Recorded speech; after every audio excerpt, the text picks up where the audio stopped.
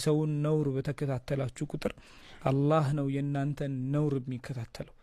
አላህ ያንተን ነውር ከተከታተለልህ ደግሞ ያልቅልሃል። ሰው ያንተን ነውር ቢከታተል ይሻላል አላህ ያንተን ነውር ከሚከታተል። ስለዚህ ሁላችንም ደግሞ ነውራለን። ማአሷበኩም ሚን ሙሲበቲን ፈቢማ ከሰበት አይቲኩም ወያዕፉ አን ከሲር። አብዛኛውን እኮ ይቅር ብሏችሁ ነው።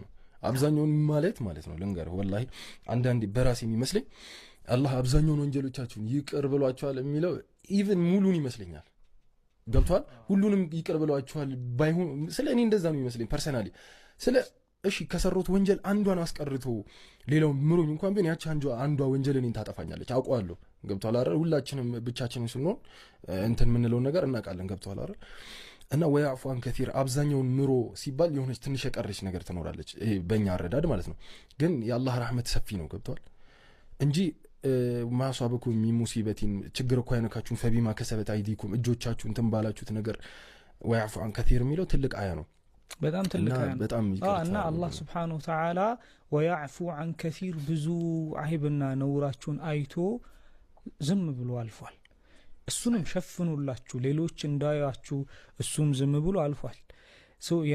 እናንተም የሌሎችን ሰዎች ብዙ ነውርና አይብ ስታዩ አብዛኛዎቹን ዝለሏቸው፣ ዝም በሉ። መነጋገር ካለባችሁ ከነሱ ጋር ተነጋገሩ። አሁን እገሌ እንደዚህ ያርጓል፣ እገሌ እንደዚህ አይነት ነገር ተገኘበት፣ እገሌ እንዲያርጓል በጣም ብዙ ስለበዛ ነው። እኔ የሆነ ሰው ወንጀል ሲሰራ ስታዩ፣ የሆነ ሰው ወንጀል ላይ ሲወድቅ ስታዩ መጀመሪያ ዱዓ ሰልም